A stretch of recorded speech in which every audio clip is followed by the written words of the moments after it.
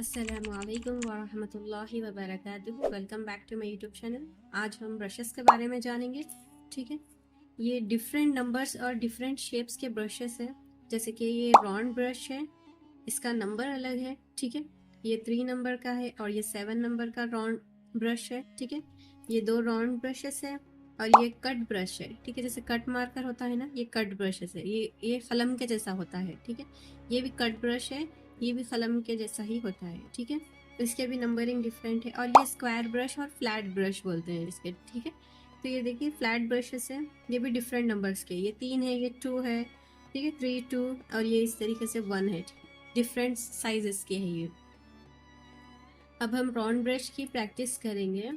सी, इसमें आपको कुछ नहीं करना है। अब ये जैसे कि अलग डिफरेंट शेप्स, मतलब राउंड ब्रश ऐसे ही होता है, ये सी ऐसे होता है।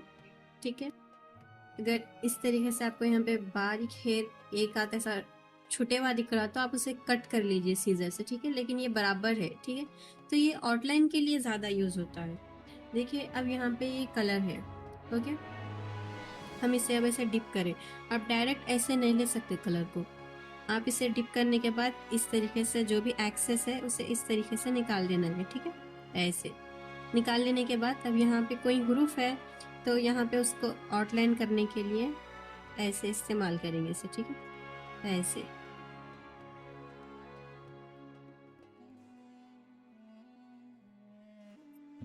आउटलाइन करने के लिए ऐसे इस्तेमाल करेंगे। और इससे आप प्रैक्टिस ऐसे शेप्स कर सकते हैं। ठीक है, जो ऐसा पहले डिप करना है, फिर ऐसे एक्सेस निकालना है, देन आप इस तरीके से शेप्स बना सकते हैं। सी ऐसे पहले ये ना ऐसे बारीक आएगा। ठीक है, जब आप इस ब्रश को प्रेस करते जाएंगे ना, ये इस तरीके से मोटा आते जाएगा। ठीक है, तो इस तरीके से इतना है, इसकी जो मोटापा है ना ब्रश का इतना है। ठीक है, यहाँ से बारीक से स्टार्ट होता है, तो ये इस तरीके से लिखा जाएगा। ठीक है, अब यहाँ से कुछ उर्दू वर्ड्स भी लिख सकते हैं आप ब्रश से। जैसे कि यहाँ पे देखिए हम लिखे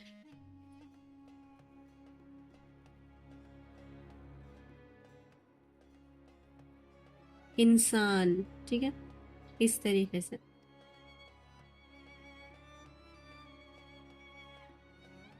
कि मद नहीं,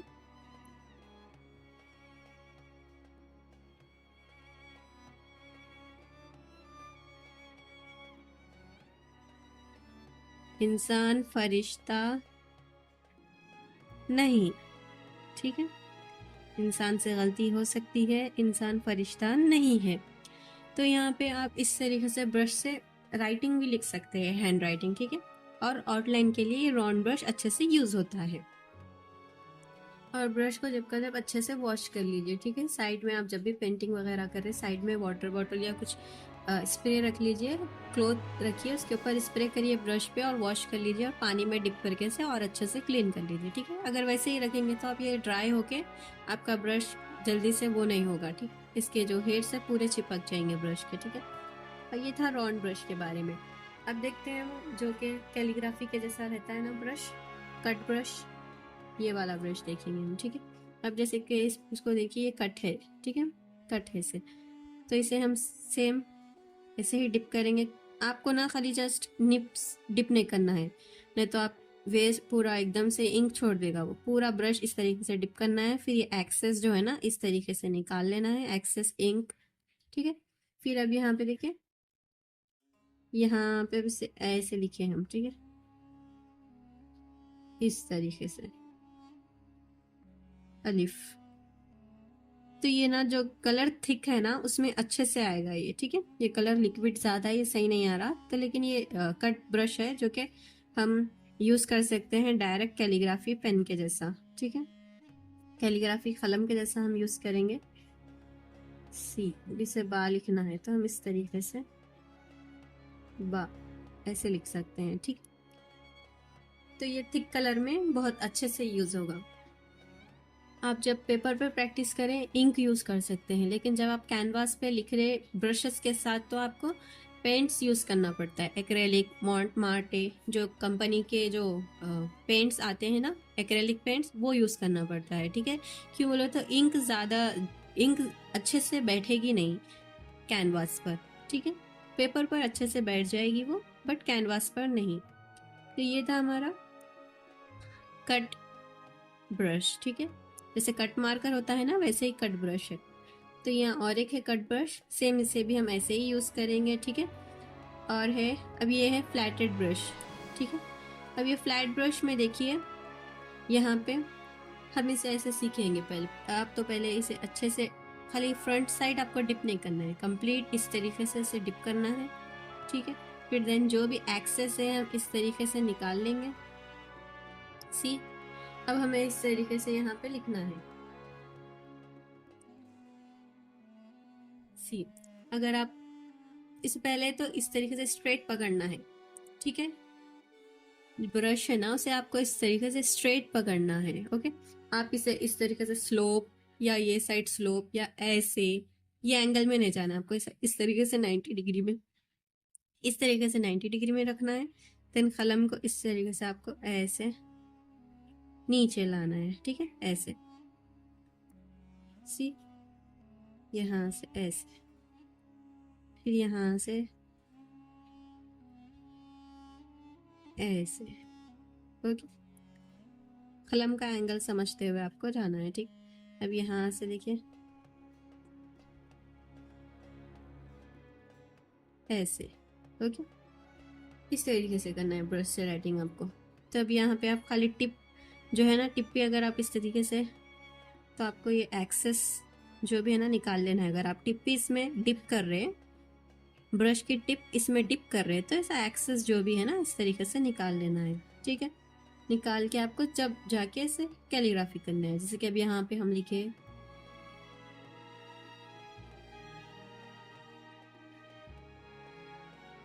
ठीक है। हम इस तरीके से अलिफ लिखे, ओके, ऐसे, ओके, अलिफ लिखे। तो हम फ्लैट ब्रश से भी अच्छे से कैलीग्राफी कर सकते हैं, बस इसमें खाली आपको देखना है कि शेप किधर जा रहा, ठीक है। अब यहाँ पे देखिए, या में शेप इधर मोटे से बारीक हुआ, तो आपको कलम को इस तरीके से रख के मोटे से कलम को इस तरीके से घुमाते जाना है। कलम ब्रश को स्ट्रेट रख के कलम के जैसा घुमाना है, ऐसा बारीक आएगा, ठीक है। फिर अब यहाँ मोटे से फिर नीचे बारीक है, तो यहाँ से कलम रखे मोटे से, फिर नीचे कलम को इस तरीके से बारीक लाए। तो इस तरीके से आपको कलम के एंगल समझना है। और जब भी आप ब्रश से कैलीग्राफी करें तो कोशिश करें कि आपका जो कलर है वो बहुत थिक रहे, गाढ़ा रहे, पतला ना रहे, लिक्विड फॉर्म में, ज़्यादा लिक्विड फॉर्म में ना रहे। क्योंकि जो कलम है ना, आप अब इस तरीके से देखिए, आप कलम को डिप कर लिए, अब ये ज़्यादा लिक्विड फॉर्म में है, तो आप लिख रहे ना, ऐसे लिखने से ना आपको ना इस तरीके से इंक जो भी है आपका ऐसा छुटते जाएगी इंक। और जैसे कि ना, और ये कलम जो है ना, अगर आपका बैलेंस नहीं रहा, इस पे फिंगर कॉर्नर जो लिटिल फिंगर है ना, उस पे आपको बैलेंस डाल के इस तरीके से आपको इत्यादि से काम करना पड़ेगा, ठीक है। अगर आप बैलेंस नहीं रहा तो आपके जो स्ट्रोक्स रहेंगे ना वो ऐसे आएंगे, सीधा नहीं आएगा स्ट्रोक, यूं यूं यूं डगमगाते रहेगा, ठीक है। तो वो इस अच्छे से करना है। और अगर आप जो ब्रश पे है ज़्यादा वजन डाल दिया ब्रश पे, ठीक है। अब ये देखिए ब्रश की थिकनेस इतनी है, अगर आप ज़्यादा डालेंगे तो सी, इसमें कितना फ़र्क है, डबल फ़र्क हो गया। तो इसीलिए पहले आप क्या करें, ये ब्रश से पहले तो आप कैनवास पे वर्क करें तो थिक कलर लें, ठीक है, गाढ़ा कलर लें, जिससे ब्रश अच्छे से कड़क रहे और वो अच्छे से अपने शेप्स बना सकें। और ये जो है ना, देखिए इस तरीके से डिप करके आपको पहले ये शेप सीखना है, यहाँ से लेफ़्ट टू राइट, यहाँ से लेफ़्ट टू राइट, फिर राइट टू लेफ़्ट, ऐसे आपको शेप सीखना है, ठीक है। फिर अप से डाउन, फिर डाउन से अप, फिर अप से डाउन, ठीक है। इस तरीके से आपको ये शेप्स ब्रश से सीखना है। फिर क्या करना है आपको, इस तरीके से बारीक लाइंस, सी, ऐसे right to left, left to right, right to left, left to right, then up to down, ऐसे, फिर down to up to down, down to up. इस तरीके से आपको ये शेप सीखना है ताकि ब्रश का एंगल मालूम हो आपको।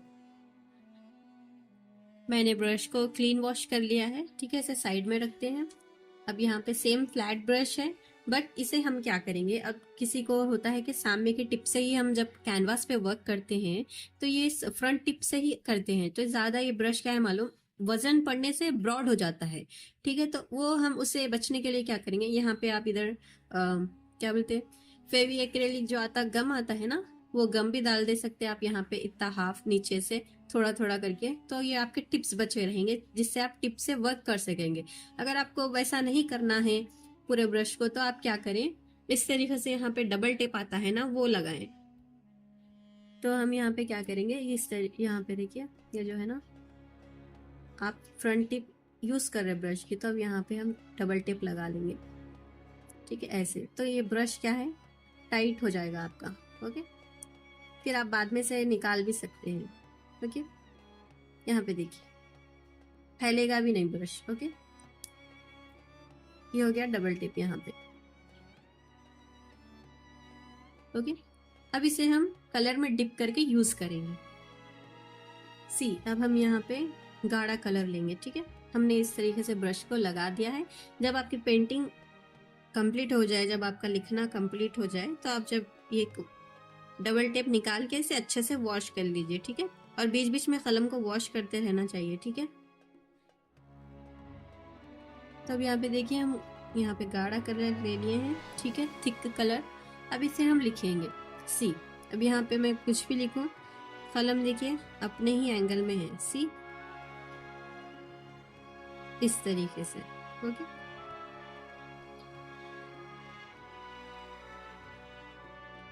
ऐसे ही कलर में हम डिप करते जाएंगे। थिक कलर लेना है आपको। ठीक है, ताकि आपके जो भी स्ट्रोक्स है वो अच्छे से हो रहे हैं। सी, ऐसे यहाँ से यहाँ तक सी, अलिफ लिखे हम। ठीक है, अब बा के लिए देखिए आप कट जो है ना, कट ब्रश भी बताई मैं, यहाँ पे देखिए ऐसे बा लिखेंगे आप। यहाँ थोड़ा सही नहीं आ रहा, लेकिन आप स्टेबल रह के अच्छे से, ठीक है, इंटरेस्ट लेकर लिखिए सी। तो ये अच्छे से स्ट्रोक्स आएंगे आपके। ठीक है, कलम जो है ना एकदम से खुलेगा नहीं आपका, बड़ा नहीं होगा, ब्रॉड, इस तरीके से आप प्रेशर डालने पर ब्रॉड नहीं होगा कलम। ठीक है, आपको इस तरीके से डबल टेप भी लगा के यूज कर सकते हैं, या फिर कोई गम वगैरह यहाँ तक, फ्रंट टिप में नहीं, एंड टिप से गम डाल के आप वैसे भी कर सकते हैं। ठीक है, तो मुझे आता है, स्टेबल हूँ मैं ब्रश पकड़ कर लिखने के लिए, इसलिए मैं ये ट्रिक्स इस्तेमाल नहीं करती। बट आप लोग बिगिनर्स हैं तो आप इस तरीके से ये ट्रिक इस्तेमाल कर सकते हैं। ठीक है, और एक मैं बताऊंगी स्ट्रोक्स को कैसे डालना है। सी, यहाँ पे हम लफ्ज अल्लाह लिए। ठीक है, अब इसके स्ट्रोक्स देखिए, यहाँ से मोटे से बारीक है। ठीक है, अगर आप फिर यहाँ से कलम ये ब्रश को इस तरीके से टर्न करेंगे तो उन्हें मेस हो सकता है।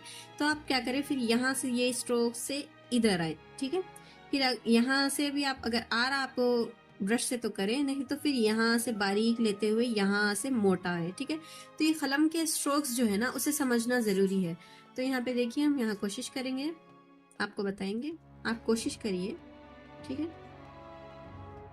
सी, अब ये कलम इंक लिए हैं हम। ठीक है, इंक या पेंट कौन सा भी लिए, ये एक्रेलिक पेंट है, इसमें मैं वाटर मिलाई हूँ, उससे इंक बन गई है। ठीक है, यहाँ देखिए, अब लफ्ज़ अल्लाह में देखिए, अब ये तो देखिए हम यहाँ पे अलिफ लिखे यहाँ से। ठीक है, कलम को ये एक्सेस में रख के,